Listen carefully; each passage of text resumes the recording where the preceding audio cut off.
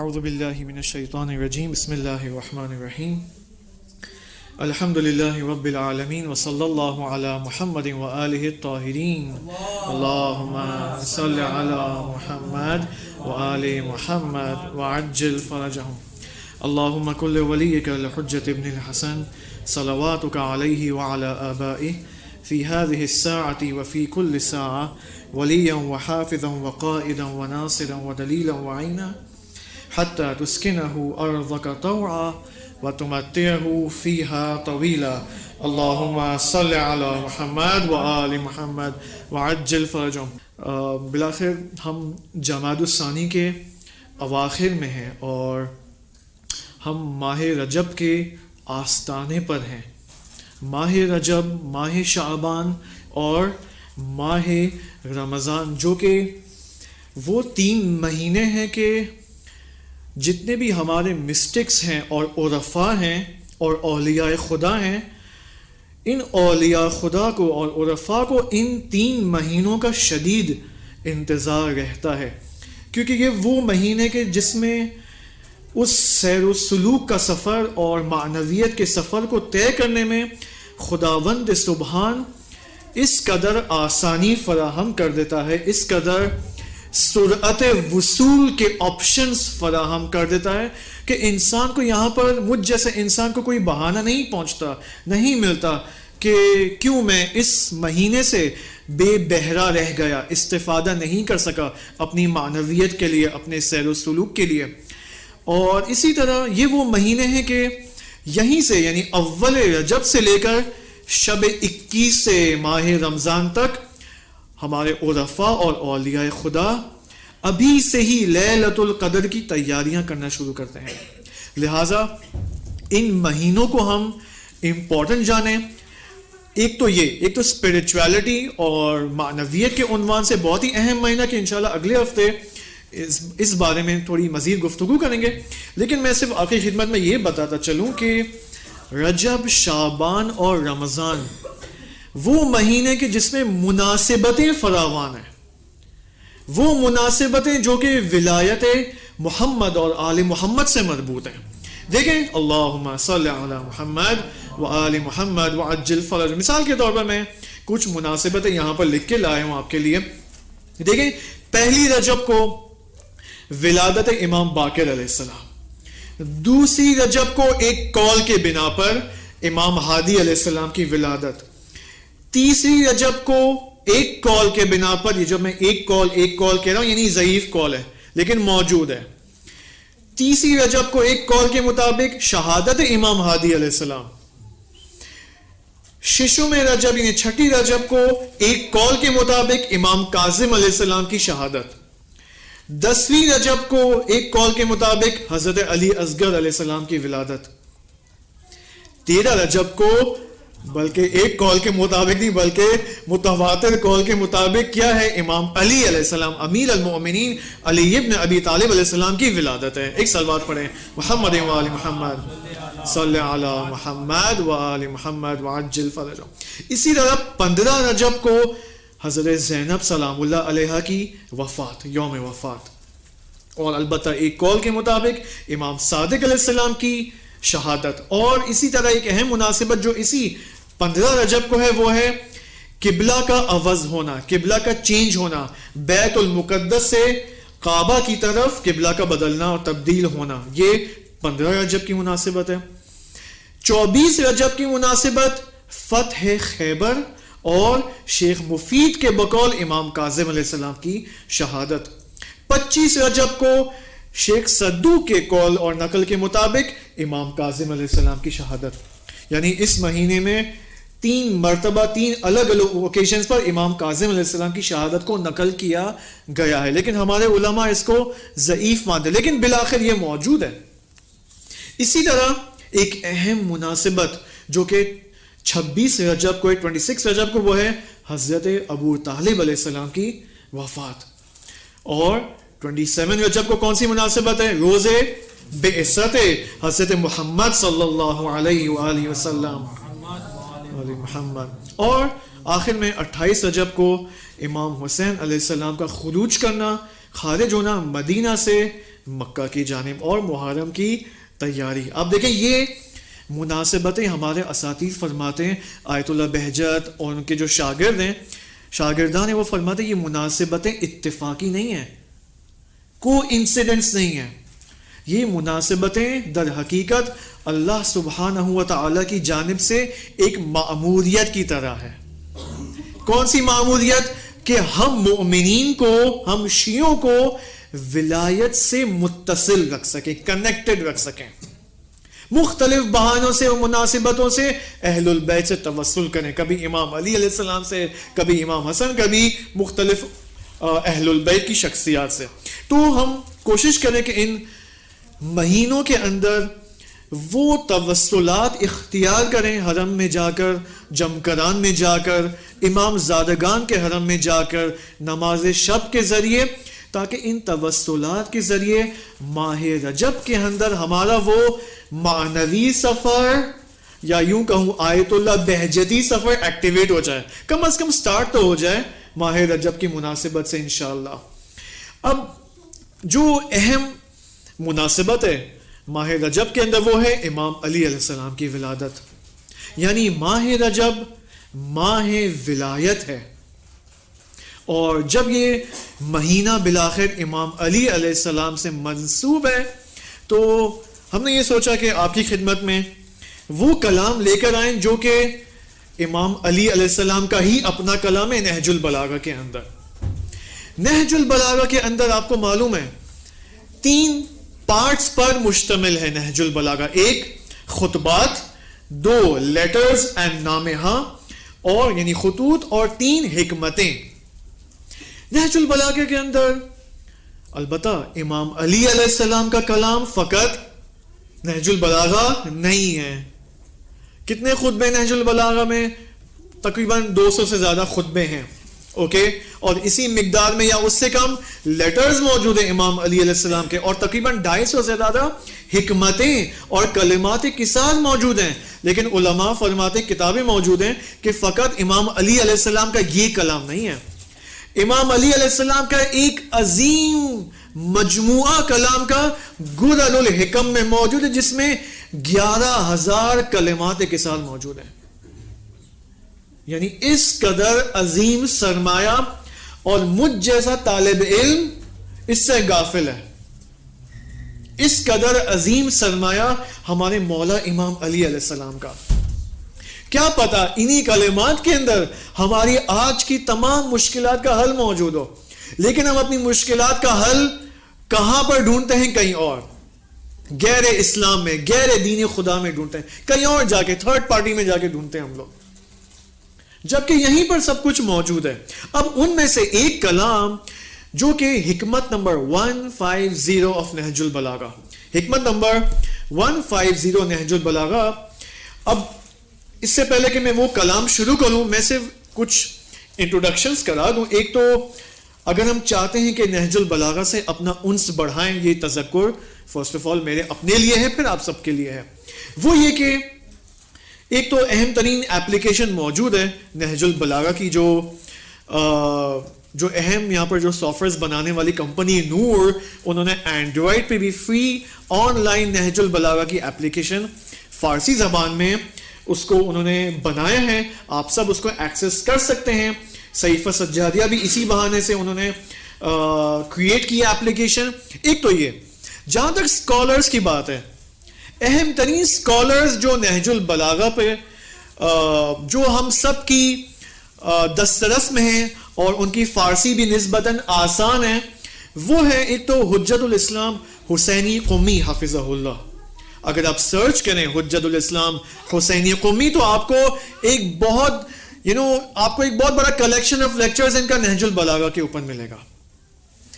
ایک اہم اسکالر جو نہج البلاغہ جن کا کام ہی نہج البلاغہ کے اوپر ہے, وہ حجت الاسلام مہدوی عرفہ. حجت الاسلام مہدوی عرفہ, اتفاقاً آغا مہدوی عرفہ نے آج سے چند سال پہلے ایک انٹرنیشنل موومنٹ کا آغاز کیا تھا. وہ کیا تھا؟ وہ یہ تھا کہ انٹرنیشنل موومنٹ آف نہج البلاغہ خانی.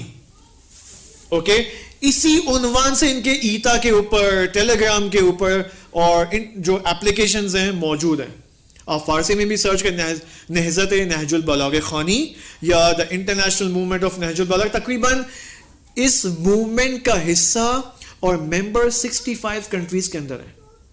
فارسی میں بھی کام کر رہے ہیں, انگلش میں بھی کام کر رہے ہیں, ظاہراً اردو میں بھی کام کر رہے ہیں. تو انہوں نے اپنی روش نکالی ہے کہ آپ چند مہینوں میں پوری نہج البلاغہ کی قرأت کر سکتے ہیں. تو یہ سب اسی لیے تو کہتے ہیں قم کیا ہے؟ قوم, شہر قوم اہل البیت کا آشیانہ ہے. یہاں وہ سمندر ہے اور میں اور آپ ابھی تک اس سمندر کے ساحل تک بھی نہیں پہنچے. انفارچونیٹلی بہت سارے لوگ قم آتے ہیں بزنس کے عنوان سے, لیکن اس علمی سمندر سے غافل ہیں. اسی وجہ سے ان کی بزنس میں برکت نہیں ہوتی اور پھر ڈیسائیڈ کرتے ہیں یار بزنس نہیں ہو رہا, نکلو یہاں سے, واپس انڈیا جاؤ, واپس پاکستان جاؤ. ٹھیک ہے, بہت سارے افراد شفٹنگ کے بہانے ایسے آتے ہیں لیکن نہیں ہو پاتا. کیوں؟ کیونکہ اس معنوی اور علمی سمندر اور ویلیو سے غافل ہے. لہٰذا لائف میں برکت نہیں ہوتی. وہ نظر نہیں آتا جو آیت اللہ بہجت کو قم میں نظر آتا ہے, لیکن مجھے نظر نہیں آتا.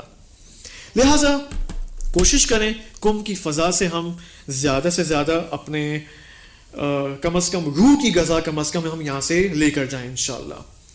دیکھیں حکمت نمبر 150, اگر آپ لوگ کے پاس آن لائن نہج البلاغہ ہے تو اس میں آپ نکال سکتے ہیں. بعض نسخوں کے مطابق 137 ہے. یہ وہ حکمت ہے امام علی علیہ السلام کی کہ سید رضی رحمت اللہ علیہ, کوئی مجھے بتا سکتا ہے سید رضی کون ہے؟ اونر, بزنس والی زبان میں آپ بات کر رہے ہیں.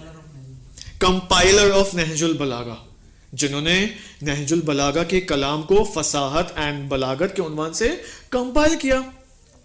اس حکمت کے آخر کے اندر, اس حکمت کے آخر میں سید رضی ایک عجیب بات کرتے ہیں. فرماتے ہیں کہ اگر پوری نہج البلاغہ کے اندر صرف یہ حکمت ہو اور کوئی کلام نہ ہو تو یہ کلام کافی ہے نہج البلاغہ کو نہج البلاغہ بنانے کے لیے. اس قدر اہم حکمت ہے امام علی علیہ السلام کی کہ جس کے اندر more than 30 سے زیادہ نصیحتیں ہیں امام علی علیہ السلام کی میرے اور آپ کے لیے. اور اتفاقاً میں آپ سب سے گزارش کروں گا, ہم رجب کے آستانے میں ہیں, ماہ ولایت کے طلوع میں ہیں. کوشش کریں آج جا کر یا کم از کم کل شب جمعہ ہم حرم جاتے ہیں دعائے کمیل کے لیے, زیارت جامع کے لیے, زیارت کے لیے, لیکن کم از کم اس عنوان سے بھی ہم آئیں, کم از کم ہم بی بی کو جواب تو دے سکیں. بی بی کا اب کبھی میں یہ بھی اپنے لیے بھی سوچتا ہوں کیا حضرت معصومہ سلام اللہ علیہ کہ ہم زواروں سے, ہم زائرین سے یہ ڈیمانڈ نہیں ہوگی کہ بھائی تم قم آئے ہو, زیارت کرنے کے لیے آئے ہو, میں نے تمہاری ساری حاجتیں بھی پوری کر دی, لیکن تم یہاں سے وہ اصلی چیز تو لے کر جاؤ جو باقی یہاں سے لے جا رہے ہیں.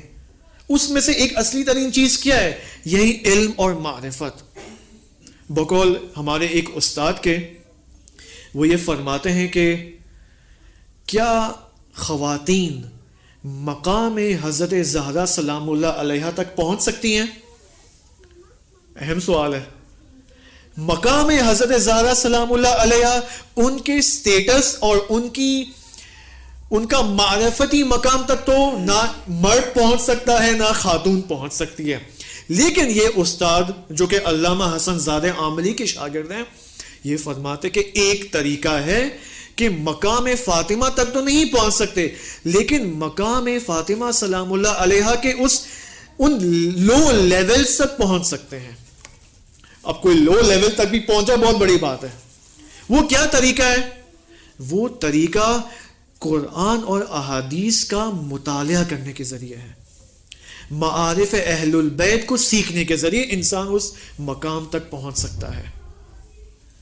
لہذا امام علی علیہ السلام دیکھیں کیا فرماتے. پہلا جملہ, آج کا سیشن اسی پہلے جملے کے اوپر ہے. اوکے, پہلا جملہ امام علی علیہ السلام کا, اپنی آمادگی کے لیے ایک صلوات پڑھیں محمد و آل محمد.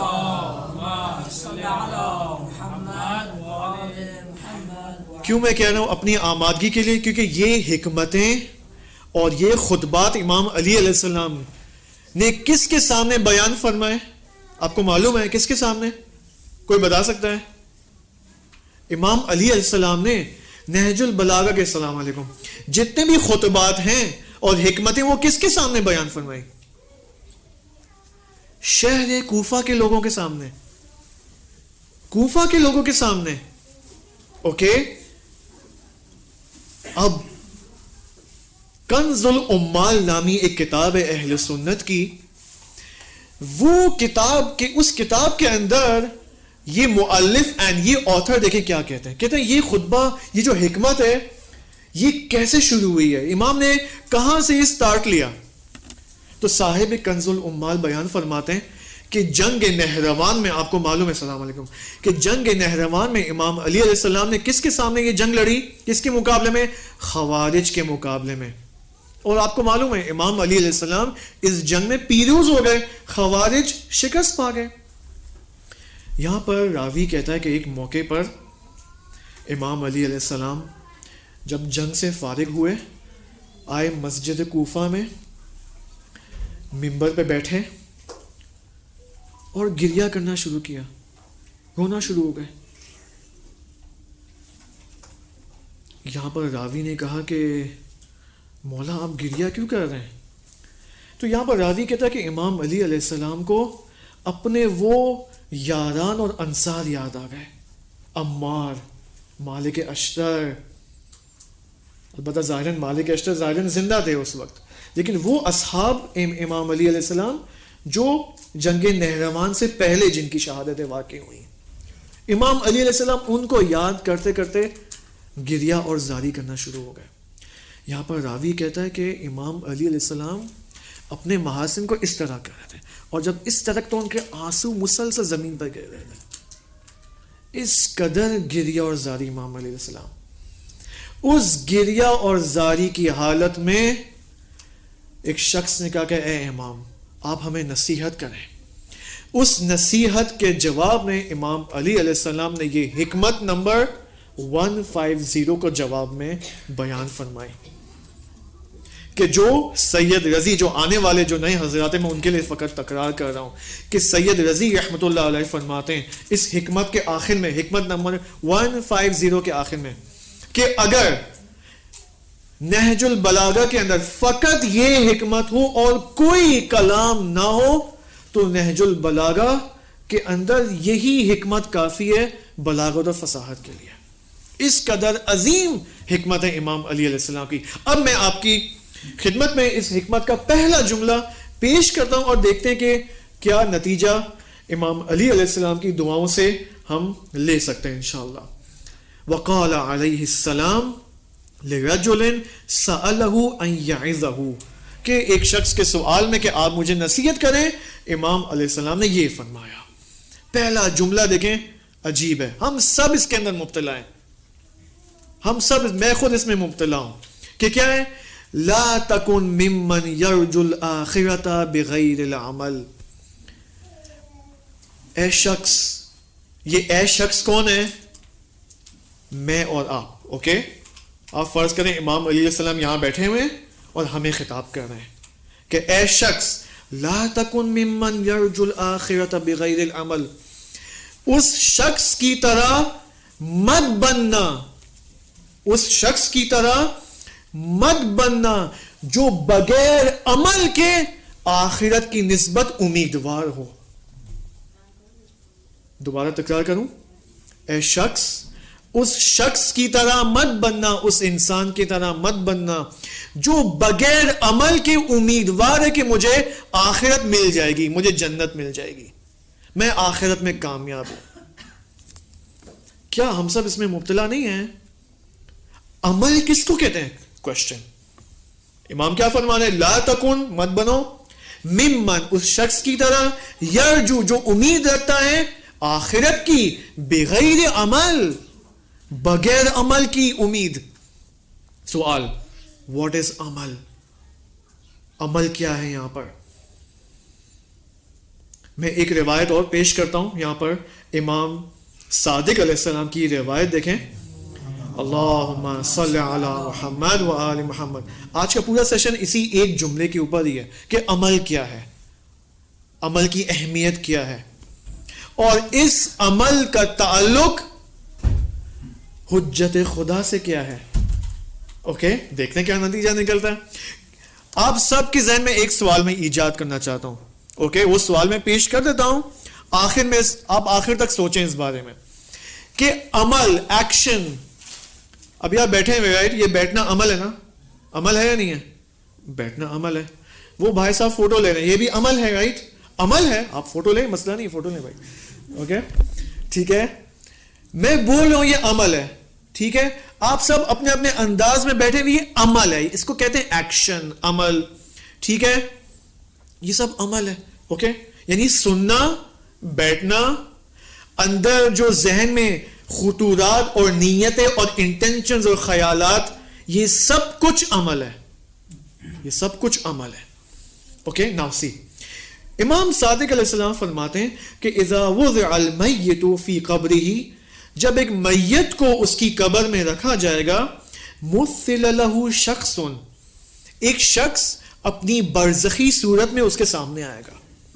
فقال لہ, اس کو کہے گا, یا ھذا, اے شخص یعنی اے مردہ, اوکے وہ جو میت ہے, اے میت, کنا ثلاثۃ کان رزقک فانقطع بانقطاع اجلک, میں وہ روزی اور روٹی اور رزق ہوں جو تیرے ساتھ تیری زندگی میں ہمیشہ تیرے ساتھ ہمراہ تھا.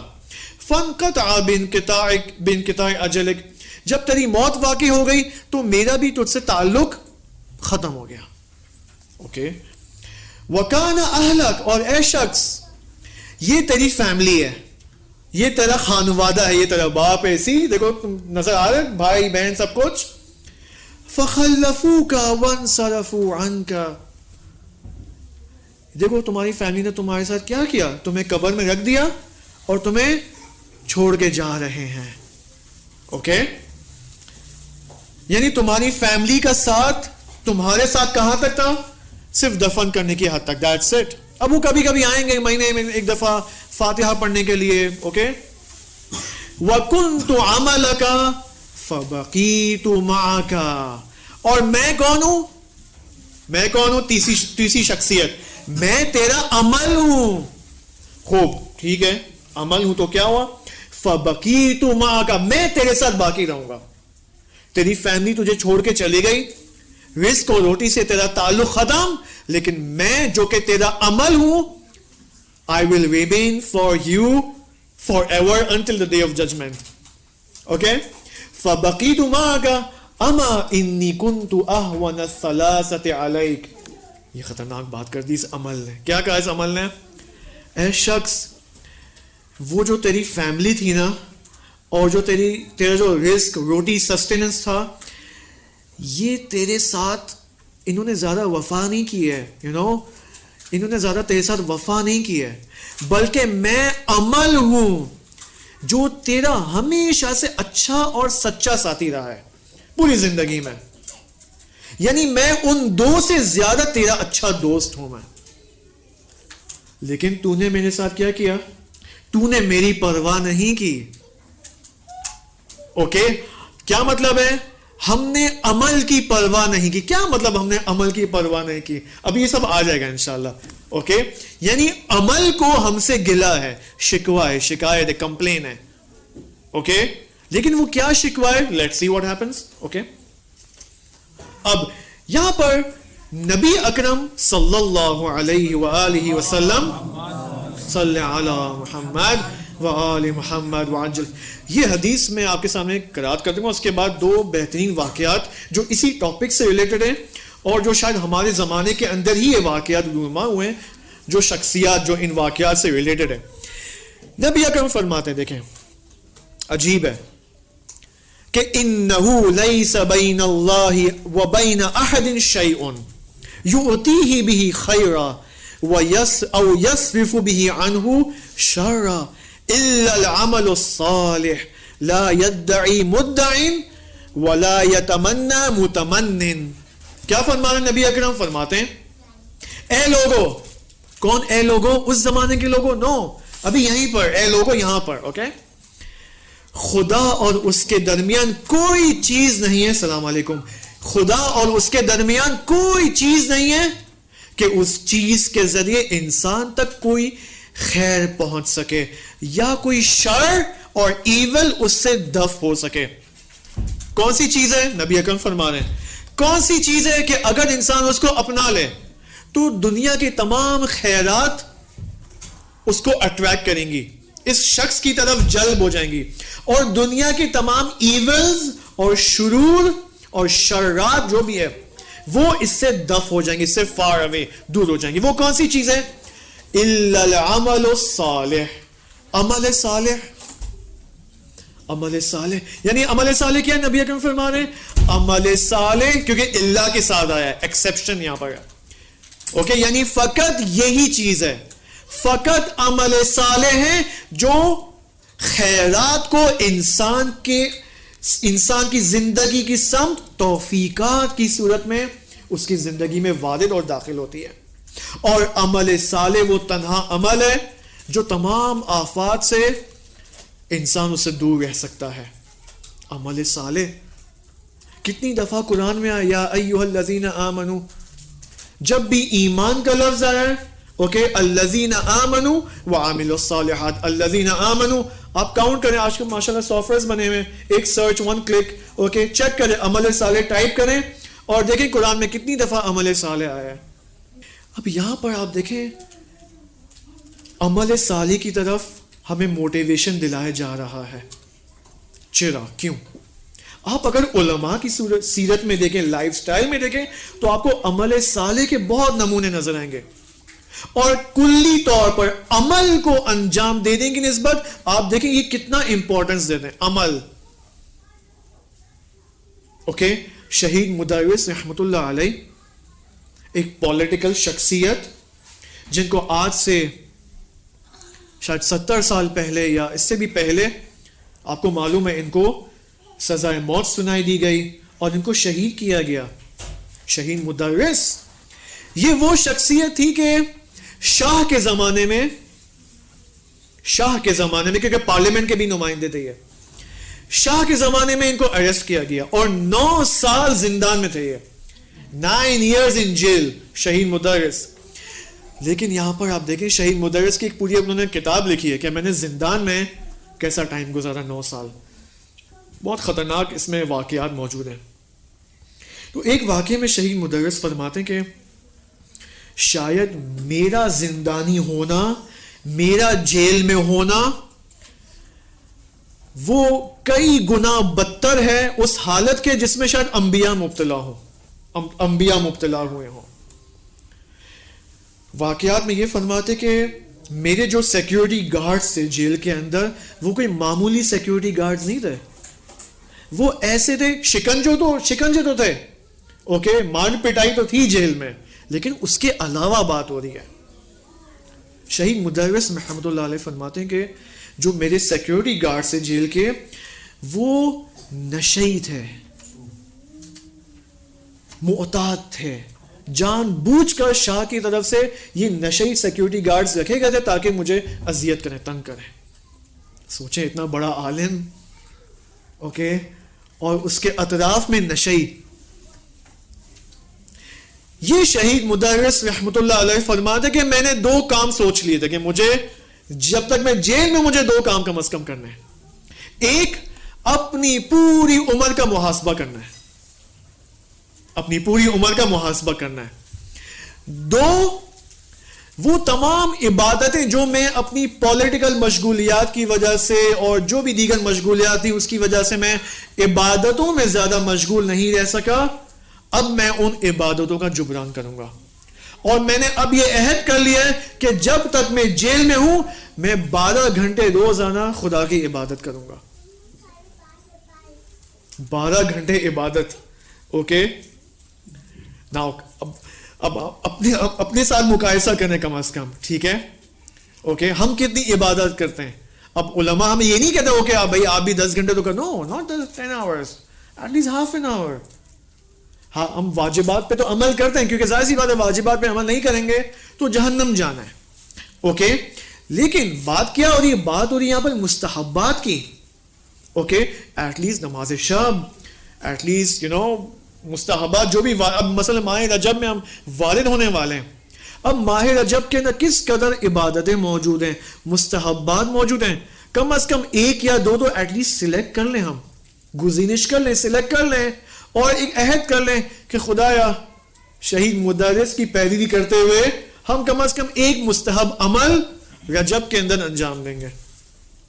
اوکے, کم از کم ہم یہ تو کر سکتے ہیں.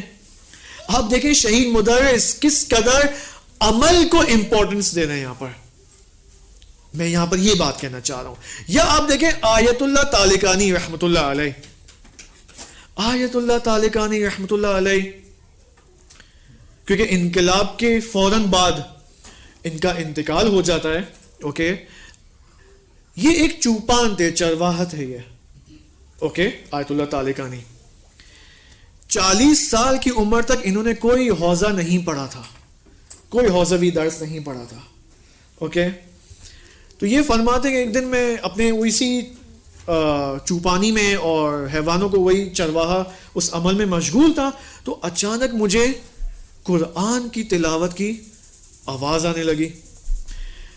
تو اب یہ ریاکشن دیکھیں, ہماری کیا ریاکشنز ہوتے ہیں لیکچرز کی نسبت, قرآن کی نسبت, ان کا ریاکشن دیکھیں. ریاکشنز بہت امپورٹنٹ ہے, کیونکہ شیطان انہی ریاکشنز کے اندر ہی دخل اندازی کرتا ہے, انٹرفیرنس کرتا ہے. اوکے, کہ ہم موقع پر عکس العمل کیا دکھاتے ہیں. اوکے, آیت اللہ تالقانی رحمۃ اللہ علیہ فرماتے ہیں میں نے جیسے وہ قرآن کی تلاوت سنی تو میں نے اپنے آپ سے کہا کہ یا چلو جانے دو, ٹھیک ہے, مجھے کیا پتا کیا ہے, ٹھیک ہے قرآن کی تلاوت تو ہے لیکن مجھے تو سمجھ میں نہیں آ رہی. ٹھیک ہے, تو پھر انہوں نے اپنے آپ سے کہا کہ نہیں, اگر میں قیامت میں وارد ہوا اور خداوند سبحان نے مجھ سے پوچھ لیا کہ تم نے کیوں اس تلاوت کی نسبت توجہ نہیں دی, تو میں کیا جواب دوں گا. تو یہاں پر آیت اللہ تالقانی خود ایک بہترین اگزامپل دیتے ہیں. فرماتے ہیں کہ جس طرح ایک عاشق اپنی معشوق کو اوکے ایک لیٹر بھیجتا ہے, تو کیا اس معشوق کا اور اس محبوبہ کا دل نہیں چاہتا کہ میں یہ لیٹر کھول کے پڑھوں؟ تو قرآن بھی اس ایک عاشق کا ایک نامہ ہے, اور وہ عاشق کون ہے؟ خداوند سبحان. ٹھیک ہے, تو میں کم از کم کھول کے دیکھوں. آیت اللہ تالقانی فرما رہے ہیں. پھر آیت اللہ تالقانی فرماتے ہیں یار مجھے تو سواد نہیں ہے, مجھے تو پڑھنا لکھنا نہیں آتا. میں کہہ دوں گا قیامت میں خدا ہے مجھے تو پڑھنا لکھنا نہیں آتا. نہیں, لیکن اگر خدا نے مجھے کہہ دیا ٹھیک ہے تمہیں پڑھنا لکھنا نہیں آتا لیکن تمہارے پاس امکانات ہیں, ریسورسز تو موجود تھے کہ تم پڑھ لکھو, سواد حاصل کرو, علم آموزی کرو, تو میں کیا جواب دوں گا؟ یہاں پر میں نے سب کچھ بند کیا, سارے بکرے حیوانات دے دیے میں نے اپنے صاحب کو, مطلب تم لے جاؤ, میں جا رہا ہوں درس پڑھنے. بھائی یہاں پر آیت اللہ تالقانی رحمت اللہ علیہ حوضے میں وارد ہوتے ہیں اور بن جاتے ہیں آیت اللہ تالقانی. آپ دیکھیں عمل عمل عمل, ایک سوچ اور اس سوچ کے اندر ٹائملی ریاکشن دکھانا کس قدر امپورٹنٹ ہے. اگر وہ اگنور کر دیتے تو ان کے پاس کوئی بہانہ نہیں ہوتا قیامت کے اندر, کیونکہ ریسورسز موجود ہے, اساتید موجود ہے, پڑھنے لکھنے کے ذرائع موجود ہے اس زمانے میں بھی. اوکے, لیکن ہم کتنا اگنورنس دکھاتے ہیں, کس قدر بے لاپرواہی دکھاتے ہیں. قوم کے اندر اس قدر کتاب خانے موجود ہیں, لیکچرز موجود ہیں, ترجمہ شدہ لیکچرز موجود ہیں, فارسی نہیں آتی فارسی سیکھنے کے ہزاروں مواقع موجود ہیں, کتنی چیزیں موجود ہیں, کوئی بہانہ نہیں ہے ہمارے پاس. لہٰذا دیکھیں عمل کی یہ امپورٹنس ہمارے علماء کی سیرت میں ہمیں نظر آتی ہے. ایک صلوات پڑھیں محمد وآل محمد, محمد وآل محمد وعجل فرجهم. اب یہاں پر سوال, نارملی آج کے زمانے میں عمل صالح کو انجام دینے میں تھوڑی بہت سستی ہم دکھاتے ہیں, سستی دکھاتے ہیں, اوکے, خشکی دکھاتے ہیں, اوکے, زیادہ شوق نہیں دکھاتے. سوال, عمل صالح کیا ہے؟ مثلا عمل صالح کی کیا مثالیں ہوتی ہیں؟ کسی کو سلام کرنا عمل صالح ہے, کسی لیکچر میں جانا, گناہ کے سامنے کنٹرول دکھانا یہ بھی عمل صالح ہے. اطاعت از ولی یہ بھی عمل صالح ہے. نماز اول وقت پڑھنا یہ بھی عمل صالح ہے. اوکے فار ایگزامپل اذان ہو رہی ہے, میں اپنی پلے اسٹیشن میں یا کرکٹ دیکھ رہا ہوں, T20 دیکھ رہا ہوں, فٹ بال دیکھ رہا ہوں, یار فائنل میچ ہے یار فٹ بال کا, کیا کروں, اذان ہو گئی ہے بھائی بند کرو. اوکے خدا کی اطاعت میں نے ٹی وی بند کر دیا, اب چاہے ارجنٹینا جیتے چاہے کوئی بھی جیتے, لیکن میں نے خدا کی اطاعت کی ہے, رائٹ, یہ عمل صالح ہے. اوکے مستحبات کو بجا لانا عمل صالح, حرم جانا عمل صالح, حرم کی طرف قدم اٹھانا, یہ جتنے بھی قدم اٹھا رہے ہیں آپ اور میں, یہ سب عمل صالح میں شمار ہوگا. وضو کر کے لیکچر میں آنا, حرم میں جانا, یہ عمل صالح ہے. عمل صالح کے ہزاروں ایگزامپلز ہیں. اس وقت میرے ذہن میں کتنے خطورات چل رہے ہیں, انٹینشنز چل رہے ہیں, خیالات چل رہے ہیں. اگر نیگیٹو خیالات ہیں, یار یہ لیکچر کتنا بولیں گے, اوکے البتہ اگر میں یہ سوچوں, میں ایز اے اسپیکر یہ سوچوں آپ کے بارے میں کہ یار سامعین یہ سوچیں گے یہ کتنا بورنگ لیکچر ہے, تو یہ کیا ہے, یہ عمل صالح ہے میری طرف سے نہیں. کیوں؟ کیونکہ میں سامعین کی طرف سوء ظن دکھا رہا ہوں. یہ عمل صالح نہیں ہے, یہ عمل سوء ہے یا عمل طالح ہے. صالح کے مقابلے میں کیا ہے, طالح. ٹھیک ہے, اب سوال, اس عمل صالح کی حقیقت کیا ہے, اس عمل صالح کی حقیقت کیا ہے؟ اگر یہ ہم جان جائیں تو شاید 100% یا 200% اس شوق میں اضافہ ہو جائے گا. ہم پھر بہانے ڈھونڈیں گے کہ ہم بہانے سے عمل صالح انجام دیں. زیارت جامعہ کبیرہ جس میں 200 سے زیادہ فضائل اہل البیت عصمت و طہارت کے. زیارت جامعہ کبیرہ کے اندر ایک اہم عبادت آئی ہے. وہ عبادت کیا ہے؟ دیکھیں, پہلے آپ مجھے یہ بتائیں کہ عمل صالح خیر ہے یا شر ہے؟ کیا ہے؟ خیر ہے نا. عمل صالح سلام کرنا خیر ہے, اوکے, جواب سلام دینا خیر ہے, اوکے. حتیٰ ممکن ہے آپ تعجب کریں, مجلس کے اندر لیکچر کے بعد نیاز کھانا بھی عمل صالح ہے. کیوں؟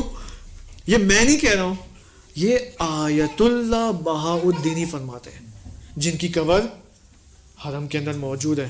اور عارف کیا فرماتے ہیں کہ کوئی یہ مت سمجھے کہ لیکچر کے بعد یا محفل کے بعد جو نیاز ہے وہ کوئی فرعی چیز ہے, وہ کوئی سیکنڈری چیز ہے.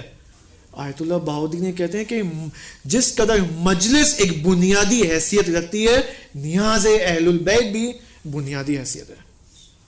آیت اللہ بہاء الدین one of the most political شخصیات یہ فرماتا ہے کہ نو, نیاز کھانا حوزوی اصطلاح میں فرماتے ہیں موضوعیت دار ہے, موضوعیت دار ہے, بہت امپورٹنٹ چیز ہے یہ. بس یہ بھی عمل صالح ہے. ٹھیک ہے, خوب, عمل صالح خیر ہے. ٹھیک ہے, عمل صالح خیر ہے. اب زیارت جامعہ کبیرہ کے اندر ہم کس کو خطاب کر کے سلام کرتے ہیں, مجھے بتائیں؟ امام معصوم علیہ السلام کو. امام معصوم کون ہے؟ اب یہ بھی دیکھتے ہیں ہم. زیارت جامعہ کبیرہ کی یہ عبادت دیکھیں کہ ہم امام کو خطاب کرتے ہوئے, خصوصاً امام زمانہ علیہ السلام کو خطاب کرتے ہوئے یہ فرماتے ہیں کہ اے امام, ان ذکر الخیر, جب خیر کا ذکر ہوتا ہے, کنتم یعنی اے امام آپ, کنتم اولہ و اصلہ و فرعہ و معدنہ و مأواہ و منتہاہ. کیا مطلب؟ اے امام آپ خیر ہیں, رائٹ, آپ خیر ہیں. جب ہم خیر کا ذکر کرتے ہیں تو آپ اس خیر کا اول بھی ہیں, آپ اس خیر کی اصل بھی ہیں, جڑ بھی ہیں, آپ اس خیر کے فر بھی ہیں, سیکنڈری پرائمری بوتھ, آپ اس خیر کے معدن بھی ہیں, ماوا بھی ہیں, اور اس کا اینڈ بھی آپ ہیں. یعنی عمل, یعنی غور سے سنیں, اے امام خیر مکمل آپ کے وجود سے بھرا ہوا ہے. بہت امپورٹنٹ نکتہ ہے یہ. اب ہم تو کہہ رہے تھے عمل صالح خیر ہے, رائٹ, یہاں پر ہم امام کو کہہ رہے ہیں آپ خیر ہیں, آپ اس خیر کا خیر ہیں. کیا مطلب ہے؟ یہاں پر ایک اہم بحث ہے جس کے لیے ہمیں تقریباً 5 سے 6 سیشنز کی ضرورت ہے, لیکن خلاصتاً میں بتا رہا ہوں آپ کو. یہ جو عمل صالح ہے, مثلا فرض کریں سلام کرنا, السلام علیکم ورحمۃ اللہ, یہ عمل صالح ہے, خیر ہے نا, یہ خیر ہے. کیا وجود امام علیہ السلام بھی خیر ہے یا نہیں ہے؟ وجود امام, خود امام زمانہ علیہ السلام خیر ہے یا نہیں ہے؟ خیر ہے. سوال, اس خیر اور اس خیر میں کیا فرق ہے؟ یہ جو میں نماز اول وقت پڑھ رہا ہوں, یہ جو اس وقت ابھی آپ لوگ یہ لیکچر سن رہے ہیں, یہ بھی تو خیر ہے نا, لیکچر سننا خیر ہے. یہ جو خیر کا عمل اس وقت آپ انجام دے رہے ہیں, اور وہ جو وجود مبارک امام علیہ السلام ہے وہ بھی خیر ہے, کیا فرق ہے دونوں میں؟ کہ ہم کہہ رہے ہیں کہ اے امام ان ذکر الخیر کنتم اولہ واصلہ وفرعہ ومعدنہ ومأواہ ومنتہہ. کیا مطلب ہے اس کا؟ یہاں پر میں ایک ٹرمینالوجی استعمال کروں گا, ایک اصطلاح, حوزوی اصطلاح ہے, تاکہ پھر ہم اس کو انگلش میں انشاءاللہ, I hope is the correct translation, انشاءاللہ عبداللہ بھائی اس کی ریکٹیفیکیشن کریں گے انشاءاللہ. امام علیہ السلام خیر مطلق ہیں. کیا ہیں؟ خیر مطلق, دا الٹیمیٹ خیر. صحیح کہہ رہا ہوں میں؟ اوکے, الحمدللہ میری انگلش اچھی, مجھے نہیں پتا تھا. اوکے, امام علیہ السلام کا وجود کیا ہے؟ خیر مطلق, دا الٹیمیٹ خیر. سب کو یہاں بھی سمجھ میں آ رہا ہے؟ الٹیمیٹ خیر کا اردو میں کیا کہیں گے بھائی؟ یعنی مکمل خیر, 100% خیر.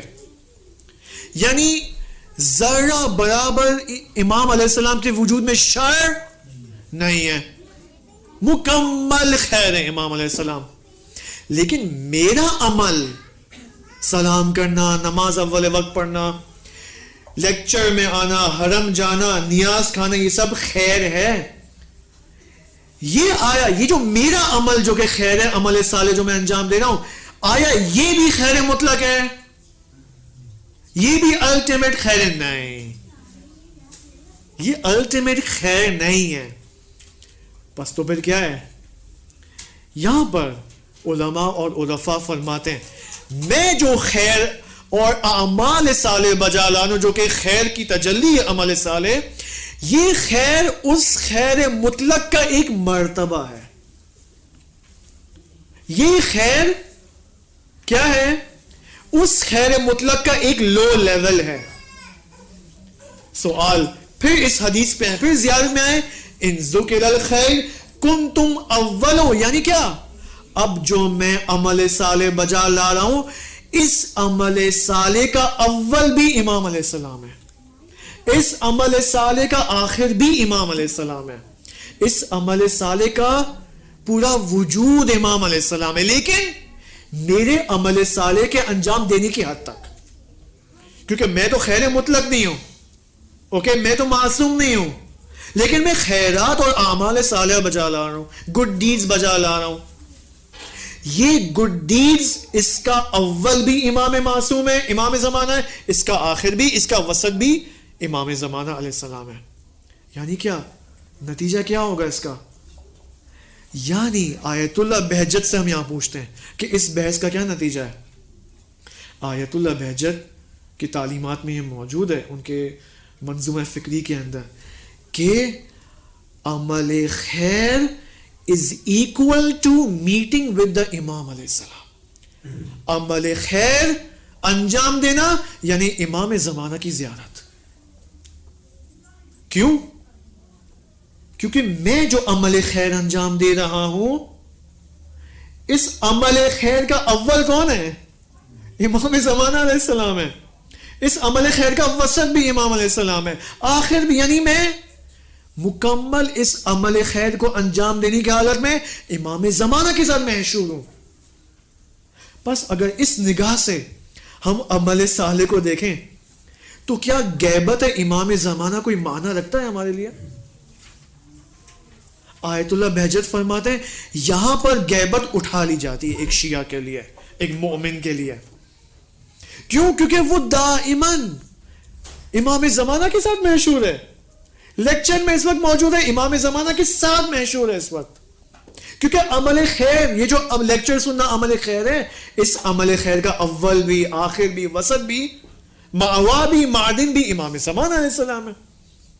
بس ہم دائمان امام زمانہ کے ساتھ مشہور ہیں. بس اگر اس نگاہ سے میں عمل صالح کو دیکھوں, گڈ ڈیڈز کو دیکھوں, تو کیا میرے اندر شوق نہیں ہوگا عمل صالح کو انجام دینے کا؟ کیا میں ایکسکیوزز تلاش نہیں کروں گا عمل صالح کو بجا لانے کے لیے؟ کیا میں پھر گوگل سرچ نہیں کروں گا کہ بھائی مجھے بتاؤ گوگل عمل صالح کی لسٹ بتاؤ مجھے پھر؟ کیونکہ میں امام زمانہ کے ساتھ مشہور ہونا چاہتا ہوں. اب یہاں پر ایک اور بحث ہے جس کے اندر میں وارد نہیں ہونا چاہتا. وہ کیا ہے؟ وہ روایتوں میں آپ نے یہ سب سنا ہوا ہے کہ انسان کے جتنے بھی اعمال ہیں یہ سب کے سب امام زمانہ علیہ السلام کے سامنے ان کے محضر میں پیش ہوتے ہیں. سوال, اس پیش ہونے کا کیا مطلب ہے؟ ایک جملہ کہہ دوں میں, چلے. اس پیش ہونے کا مطلب یہ ہے, اب بعض روایتوں میں کیا ہے, بعض روایتوں میں کہ انسان کے تمام اعمال, چاہے وہ گناہ کے عمل ہو چاہے وہ خیرات ہو, یہ سب کے سب شب جمعہ پیش ہوتے ہیں امام علیہ السلام کی خدمت میں.